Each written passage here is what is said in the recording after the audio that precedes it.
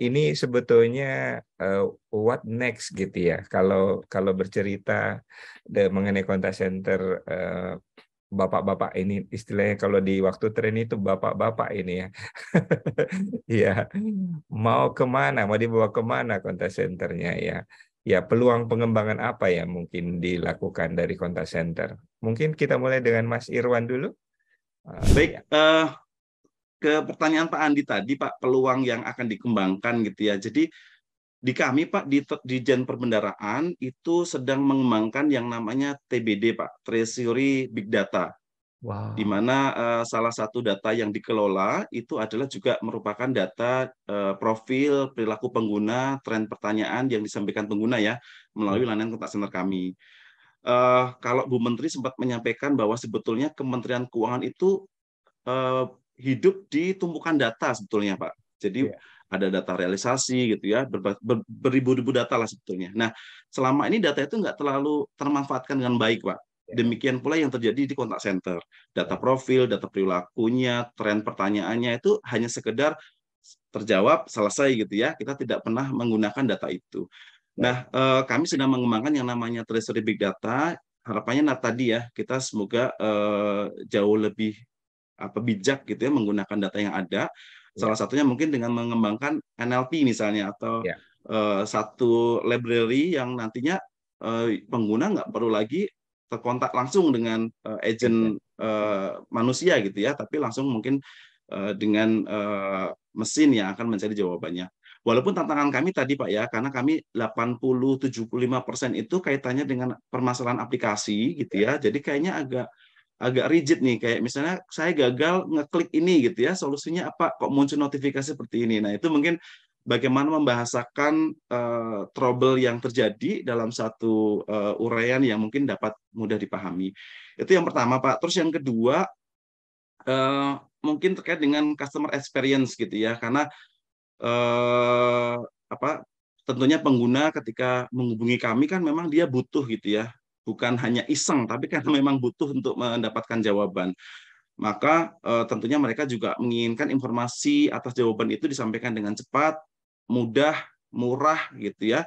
Dan ya. itu menjadi sesuatu yang perlu menjadi perhatian kita selaku pengelola kontak center untuk dapat memenuhi kebutuhan itu.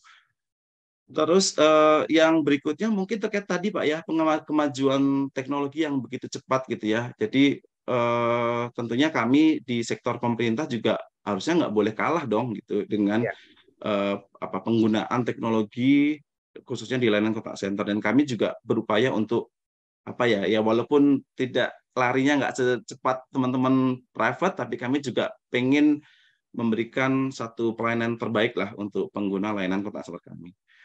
Itu Wow, Pak. luar biasa ya. Ini udah ngomongin big data, customer experience. Ya, ini juga artificial intelligence. Wah, ini makin canggih kelihatannya. Apa DJPB ya. Jadi nanti bukan lagi high kayaknya, Pak ya. Ya, itu high singkatannya apa sih itu, Pak?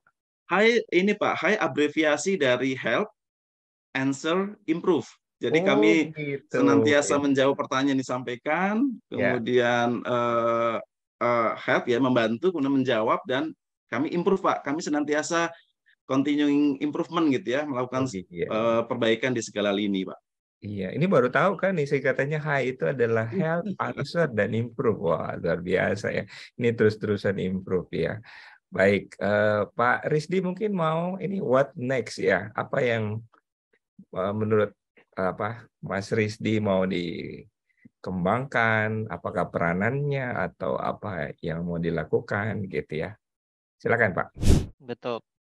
Em, Mungkin dari selain kita grabbing new customer ya Pak, kita juga pingin apa namanya mengelola data yang sebenarnya kita sudah punya Pak. Kalau tadi saya sudah sampaikan bahwa rentang retensi produk KPR adalah minimal 10 ya, 10 sampai 15 tahun.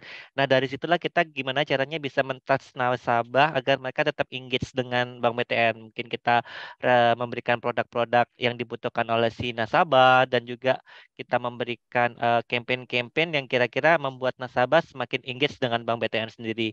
Kalau Hmm. dari sisi IT-nya tentu saja kita berusaha untuk meet customer need ya Pak ya. Sebelum Hmm. beyond customer expectation, kita harus meet customer need dulu nih. Jadi ketika kita sudah meet customer need, kita baru akan apalagi yang bisa kita tawarkan kepada nasabah terkait layanan dari Bank BTN seperti itu sih Pak. Baik, baik. Jadi ini kelihatannya nggak mau ketinggalan ya. Sekarang pada buka rekening lewat kontak center ya, Bank BTN juga lagi siap-siap gitu ya. Ada ini kelihatannya memang data analitik makin ini ya Pak ya. Rekaman, data CRM ya. Itu menjadi data yang sangat penting yang bisa harusnya diolah ya. Nah, Betul. ya, Pak Eki gimana? Mengenai what next kelihatannya ini makin banyak programnya ini ya. Jadi nanti bukan 175 program ya Pak ya, tapi mungkin lebih banyak lagi programnya ya. Satu tujuan 5 program ya. Jadinya satu tujuan 10 program. Silakan Pak Eki. Baik Pak Andi. Jadi memang dari kami sebetulnya adalah itu tantangan dan hal yang membahagiakan gitu ketika dipercaya untuk bisa menangani banyak program dan hal lain yang menjadi tanggung jawab kami dari BP Jam Sostek. Bicara soal kedepannya, pastinya kalau di kami harusnya selaras gitu ya. Jadi kan ada yang namanya program jangka panjang atau roadmap 5 tahunan gitu ya. Nah, ketika BP Jam Sostek sudah menerapkan roadmap 5 tahunan, tentu di bawahnya turunannya itu sama, selaras ke sana gitu ya. Termasuk salah satu adalah dari kami di contact center. Harus arahnya ke sana. Ketika misalnya roadmap-nya nanti adalah di kami BP Jam Sostek adalah universal coverage gitu ya, perlindungan semesta dari seluruh pekerja di Indonesia, mau nggak mau kita harus siap ke arah sana. Itu basicnya gitu, baseline-nya ke sana. Roadmap dari kami BP Jam Sostek seperti apa, arahnya itu dia yang turun ke bawah sampai dengan kami di contact center. Nah, dan di kami di contact center juga dalam rangka menyiapkan itu paling tidak ada 2 hal gitu ya. Tetap menjaga customer experience dan juga pembenahan dari internalnya. Kenapa? Karena pembenahan internal itu adalah satu hal yang wajib gitu ya. Kalau saya setelah kemarin sama Pak Andi 4 hari gitu, jadi seorang manajer itu sebenarnya adalah cuman mengelola ekspektasi orang dan juga ya ekspektasinya orang maupun peserta atau dalam ini customer maupun dari yang di dalam itu dalam internal itu sendiri. Nah, kembali lagi ke tadi bahwa yang sedang kami siapkan itu bahwa peta jalan atau roadmap sesuai dengan apa yang menjadi tujuan badan selama 5 tahun ke depan. Dan hal itu juga harus selaras karena nantinya gitu ya, kalau tadi sudah disampaikan layanannya akan sampai ke peserta informal yang sampai ke desa dan sebagainya, itu yang harus dijamah juga. Memang tantangannya sekali lagi teknologi, tidak semua orang itu teknologi dekat dengan orang ataupun masyarakat kita sampai dengan ke pelosok.